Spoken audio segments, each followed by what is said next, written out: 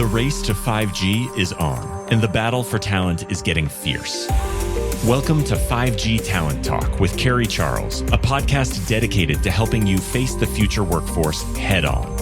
Navigate this challenging talent landscape with innovative strategies to attract, retain, and engage people in this new world of work. Only here on 5G Talent Talk with Carrie Charles, CEO of Broadstaff Talent Solutions.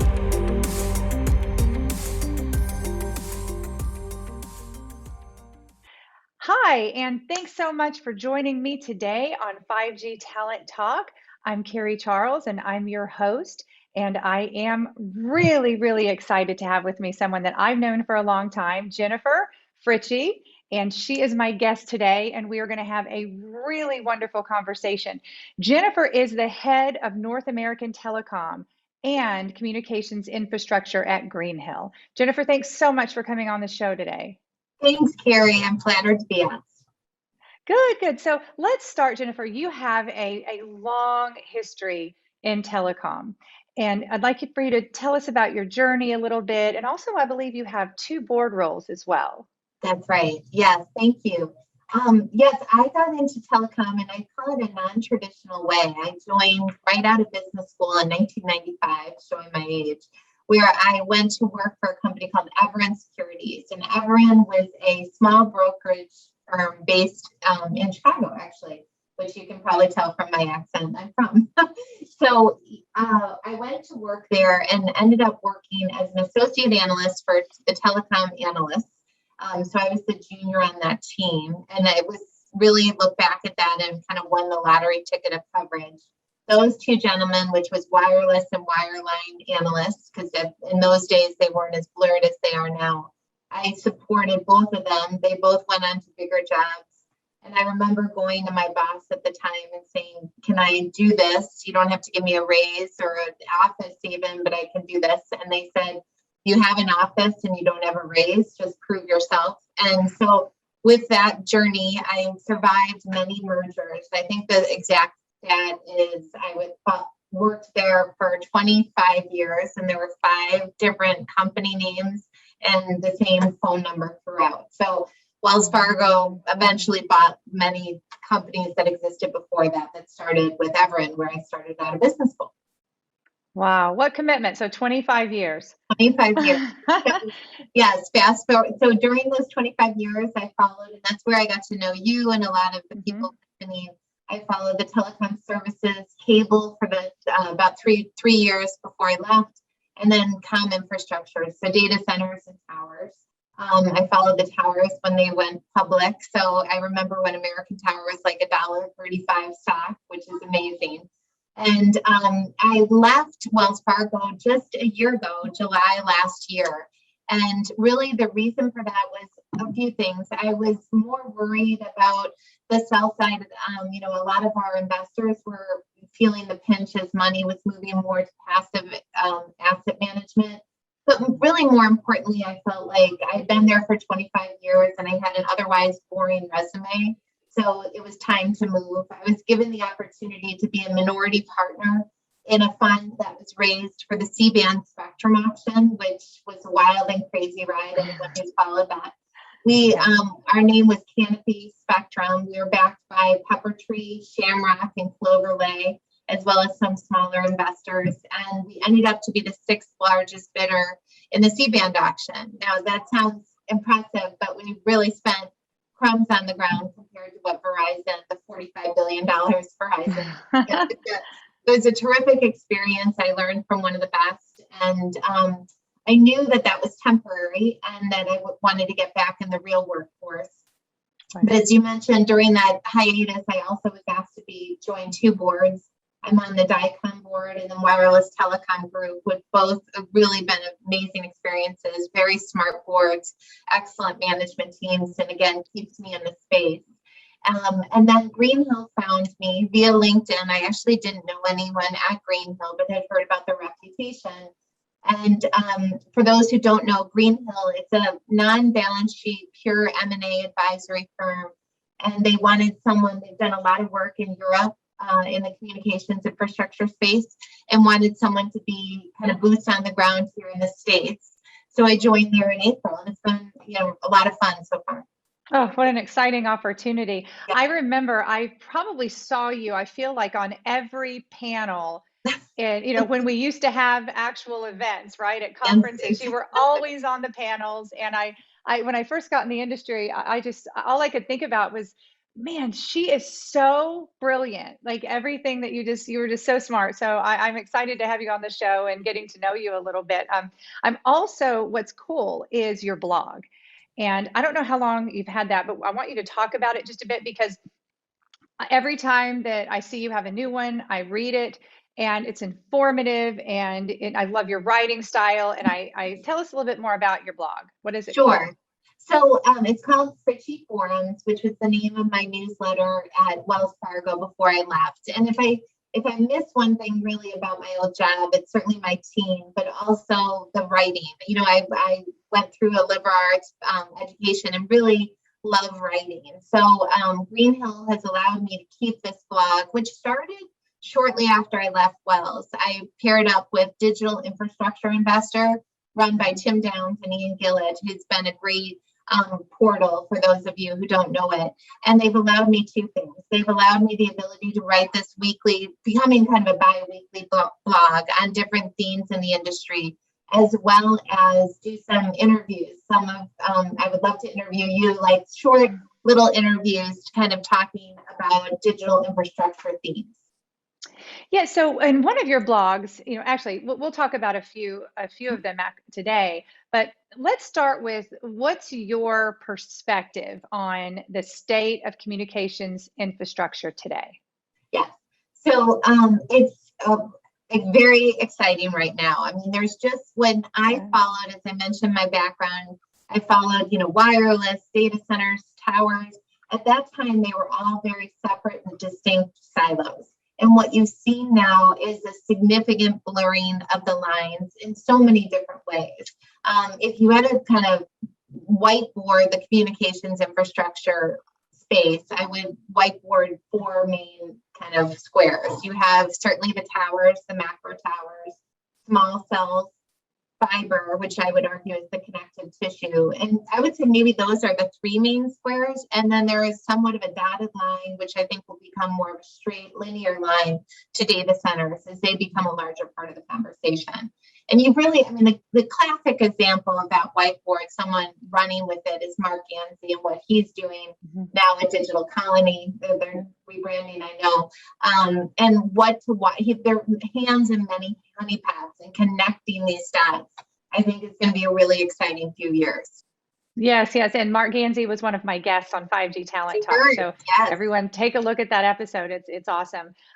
There's many players in the 5G game, and I was reading one of your blogs about this big announcement that AT&T made a few weeks ago. And so what are your thoughts on AT&T's strategy? Sure. So I would note that and for some who knew me as an analyst, they would agree with this statement. I'm somewhat of a contrarian. Like, I remember the days when everyone hated Sprint. I would also add, including the team at T-Mobile, and would talk about how unvaluable that spectrum is. And I always saw hidden asset value there. And I think what we've seen, I know there was kind of a mob mentality to hate AT&T and Monday morning quarterback about the bad decisions they've made with Time Warner and whatnot. And that to me is all very rear view mirror. I think that, love them or hate them, the AT&T management team has realized that they were going down a hard path. And when you're going down a hard path, in many ways, it's best to rip off the Band-Aid very early. And I think that despite how hard a path it was to get Time Warner, I think they realized that the competition was going to be too tough. But more importantly, I think they realized that they were moving away from their core asset, which is significant. And those core assets are certainly the network side, both the wireless, wireline, and, bring in enterprise to kind of group both of those. And I think that the company, rightly so, and even with as they call it, right-sized dividend, they now are more unshackled in a way to invest where they need to invest. I think the really kind of consideration maybe John Stankey and his team saw is when they were so aggressively going toward fiber in 2015, it may have been a why did we ever stop kind of moment. And I think that once we realize that, that's actually a good place to be, despite, all the water cooler chit chat around it. So let's talk about the cable providers. What's your perspective on the players, Comcast and Charter? What's happening there? What do we see for the future? So I think cable has had it very easy for a very long time. And I don't mean that to say they haven't been front-footed in their own investment, but the telecom operators really, for the most part, have kind of sat in a fetal position and not spent. And we just talked through how that's changing with AT&T. It's changing with Frontier. It's changing with Windstream. I think cable has to sit up and take notice. And my very strong guess is they are. When I was an analyst, it would always start out from meeting like, let's assume cable's the smartest in the room. And I think that is probably very smart to think that. But they can't be idle here. And, while DOCSIS 3.0 has been phenomenal for them, if you look at the upstream traffic, especially in the last 15 months, as we're all doing what we're doing right now, and my children were doing for 15 months, the upstream traffic cannot be ignored. And that is where fiber, the symmetrical nature of the fiber always will win versus the asymmetrical nature of the cable infrastructure. How cable is thinking about that is going to be key. And I very much bet they're thinking about it. So you talked a little bit earlier about the lines blurring and, and the communication infrastructure silos and where we are now and where we're going. So is this blurring also touching the tech players too? Amazon, Google, Microsoft? I mean, how will telecom and tech intersect? And what's the future of communications infrastructure going to look like there? Yes. And I think I wrote in one of my blogs when I came back to work at Greenhill, one of my favorite CEOs I caught up with, and his first comment to me was, how do you feel now that you've come back and Microsoft is a telecom company? And it was kind of in jest, but it was a very real statement, because you look in those 9 months that I was busy buying spectrum, what has happened? You've had, I think, Microsoft very much being clear with their intention that private networks, 5G is going to matter. I mean, you look at the two acquisitions they did with both Metaswitch and Affirm Networks. Those are communication plays. So they have very much put their flag in the ground. Google in a different way. Google Fiber has had kind of stops and starts. It seems to be starting again. So how these players, there is definitely a morphing of the lines between them. I mean, I do remember, I'm going to go back to 2015, having a meeting with then COO of AT&T, John Stankey. And I asked him, who do you think of as your competition? He said, and his exact quote was, it's not just Verizon, it's not just Comcast anymore.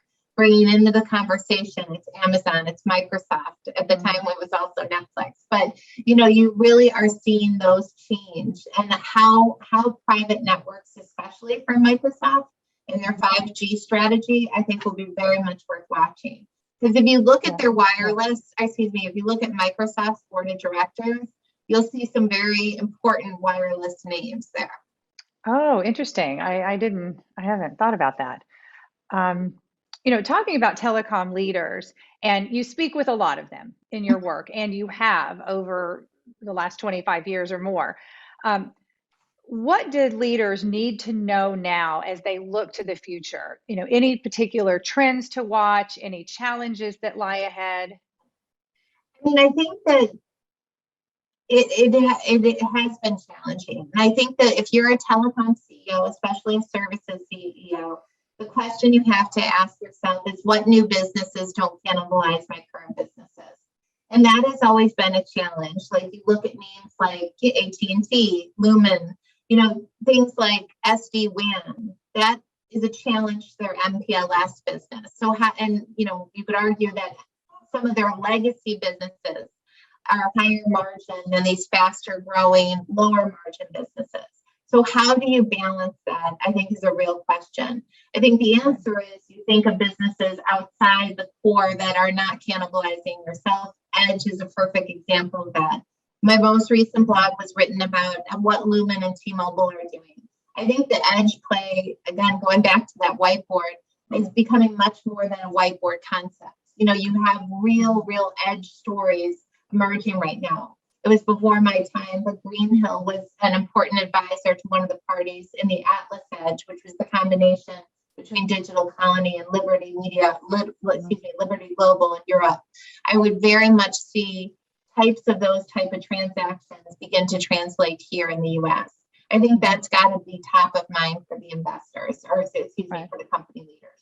Right. I see that. So let's talk about the state of M&A in the infrastructure space. What movement are you noticing? What are investors looking for? What's on the minds of companies and leaders in the M&A space? Sure. So even since I joined Greenhill about 8 weeks ago, it feels like 8 months, because of the amount of M&A that I've seen just even sitting in the seat. It's been enormous. And I don't think it's slowing down. I mean, there's many factors driving that. You have to start with low interest rates.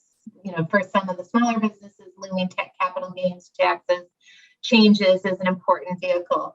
But I think more importantly, it's moving ahead of where the customers are going. We're talking this week where Monday, the data center world was rocked with the announcement between QTS and Blackstone. I think these are very, very interesting stories that are going to continue to evolve. The data center space is really interesting to me, because you have these two extremely large players in Equinix and Digital, and then number 3 player is CyrusOne, which is about the third the size of Digital, number 2. So that is an industry ripe for consolidation. Think of like old regional banks or even old regional drugstores, and now they're all Walgreens and CVS's. I can see that happening in that space. I think you have to start also any discussion on M&A with fiber, because again, it's an overused term, but it's the right one. This is the connective tissue that connects all these themes that we're talking about. Some of the speakers I've heard on your past podcasts, I think, are going to be really interesting in the M&A fiber front this year. And they're kind of the prettiest girls at the dance. A lot of people want to, take them on the dance floor. All these themes. And then I think towers, the tower sector has very much consolidated, but there's still certain build-to-suit operators that I think still will play a role here. I want to switch gears a bit and talk about diversity. And, I've talked about this, many times, but it's still a factor that there are very few women in the telecom space, very few women in the tech space. And it is a concern for business leaders and hiring managers. And in staffing, we get asked all the time, we need more women, we need more diversity, we need more female leaders. So yourself being a female leader in telecom, and you have been for many, many years, I want to talk to you about what you see as the biggest challenge in recruiting women into telecom and what you see exists there. So let's say you're speaking to these hiring managers and these leaders, and what are some solutions that that they can take away from this? Sure. I mean, it's hard, and I don't know if it's unique to telecom, but it feels like very raw for telecom right now. But I think you're seeing, I don't know, sea change might be too strong a word, but I think you have to look at like the board level, and you're really seeing, I think, some important improvements. Like I did look it up before our call, but you look at Verizon, 1/3 of their board is female. AT&T, 25%. Ironically, T-Mobile is the last of the three at about 12%. But I think that's changing, because if you really look at the layer under the C-suite, especially at T-Mobile, there is a very female bent toward it. And I would say that with AT&T and Verizon as well. So I think you're starting to see change. But it is hard. I was on the diversity and inclusion firm committee at my old firm at Wells Fargo, and the data is very specific that when women become kind of at that child rearing age, that you see a significant drop off there. And I think the challenge, especially in the wake of COVID, is how companies, are going to be able to work to kind of, shepherd them through that period. I was lucky enough to be shepherded, through that. I have at one point I had 3 under 3 twins in there, but I worked Oh my for a gosh. gentleman, and it was a man who just gave me what I needed. And it was because of that, I had felt tremendous loyalty toward him and really to the firm I worked for, and stayed there for as long as I did. I think companies have to begin thinking, especially in that critical stage for a female, how to kind of, again, shepherd them through that. And I do think you see certainly an awareness of it more than I ever saw. And I felt like my situation 17 years ago was unique. Now I don't feel that as much. And I can see that even at the firm I work for now, there's very much awareness. So it's interesting you say that it really builds that loyalty when an employer will shepherd a woman through that time period, because, yes, women will have to take the breaks, the needed breaks, in order to take care of the family. In fact, that really benefits, the entire family. There's lots of research that have been shown that, families need that time when a baby's born. But the benefit to the employer is that loyalty that produces. That's for right. For years and years to come. What other benefits do you see for employers who really commit to women? And let's say the women that do, not all of them need the flexibility, but some do. Mm-hmm. And the employers that do provide that flexibility, what are some other benefits do you see to companies there? Yeah, definitely retention is, I would say, number one. But the ability, I think that the ability to, I don't know, like, be able to multitask in a way that's effective toward work. Like once again, my kids are now all teens, but when they were little, like I'd get them down, I'd get through bath time, and then I'd get back on my computer. But I think it was because they gave me the flexibility to just get it done. And what is the saying? Like, if you need something done, ask the busy. Right. I thought that. And, again, it probably leads into the question of mentors. I didn't have many female mentors. The layer above me at my prior firm was a woman, and she was wonderful to me. But really, most of my mentors in banking, it just, were men. And they were, they understood what I needed. And I think that was actually helpful, extremely helpful in that process. And the follow through from me, and I'm sure other busy females, was always there. So I didn't allow myself to create a bear trap where they could begin to question the flexibility they were giving me.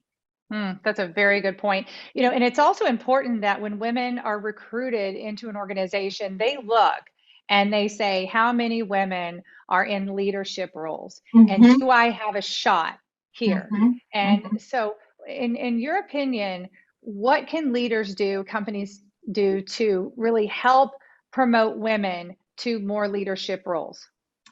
So I think that there's a few things. Certainly the flexibility, if they desire it. Secondly, creating layers of support for the women, even if it's like even what I was on, diversity like committee. That sounds so goofy because sometimes those committees don't do anything. But what we did was like a networking like cocktail hour every 3 weeks, and it was just we'd bring in a female speaker. Things like that I think culture now, especially more than ever, it's again more than just a talking point, and how companies really begin to foster that, I think is critical. In learning from someone who's kind of been through the war room before, I think is key. And once they have a tangible example of that, I think that is very helpful in that process. Many women, what we hear is not a growth and development, okay, is a reason why they leave companies, and also something that they desire with new positions.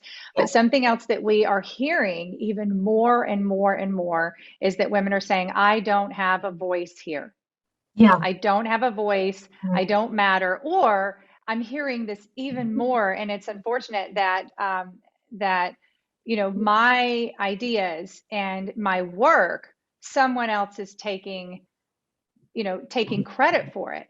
And so that still exists. And so what are your thoughts on that, and how leaders can really transform that in their industry? Because they may not know what's going on from the top. Yeah. And that's frustrating to hear that, to be perfectly honest, because you would think that we've gotten beyond that.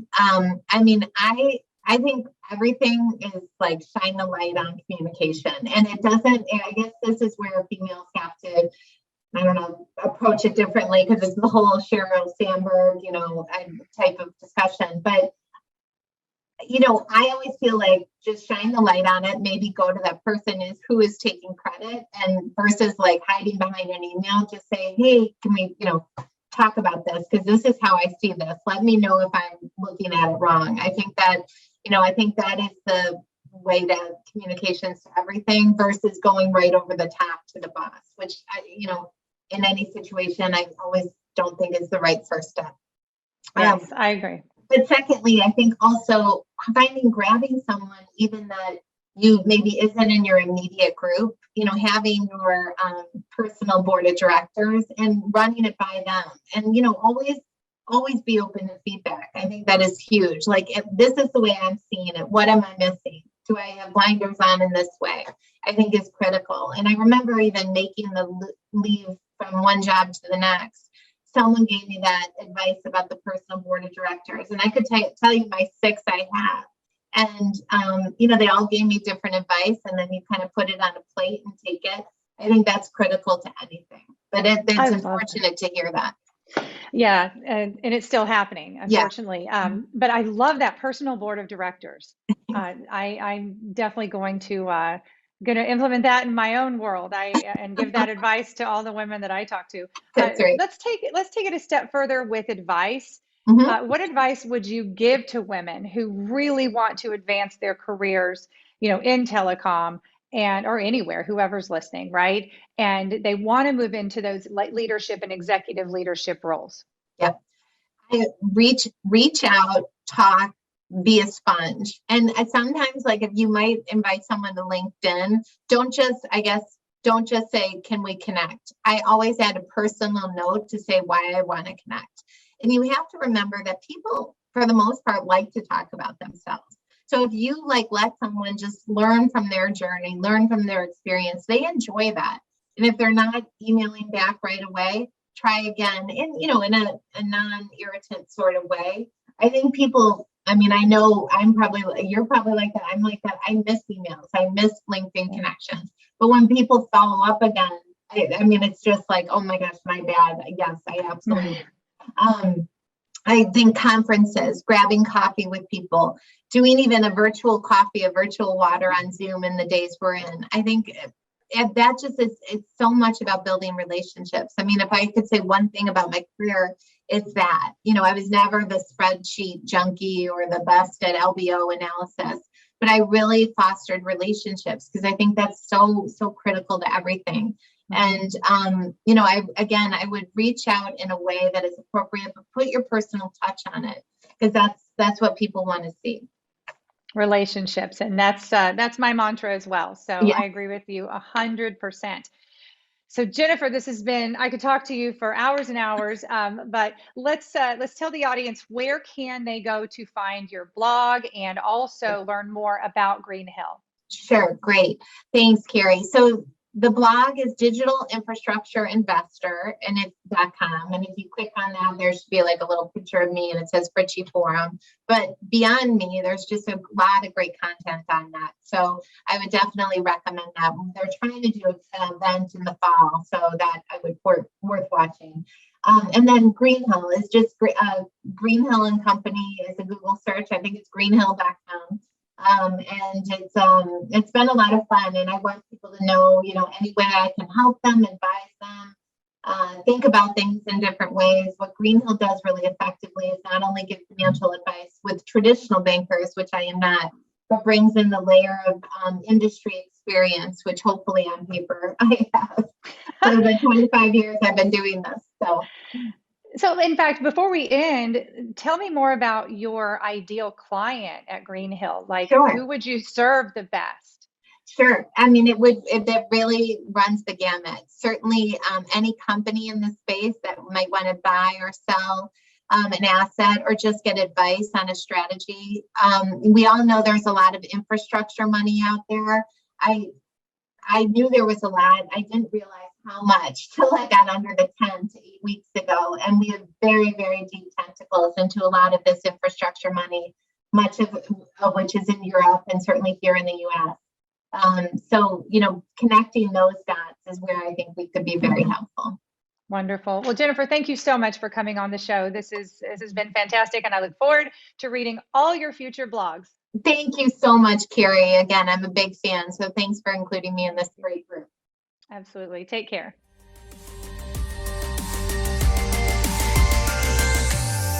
Thank you for listening to another informative episode of 5G Talent Talk, brought to you by RCR Wireless News, Telecom Careers, and Broadstaff Talent Solutions. As we advance into the future, we promise to bring you the resources you need to navigate this ever-changing landscape of 5G to help you attract, retain, and engage people in this new world of work. To access the show notes or leave a review, visit broadstaffglobal.com. Until next time.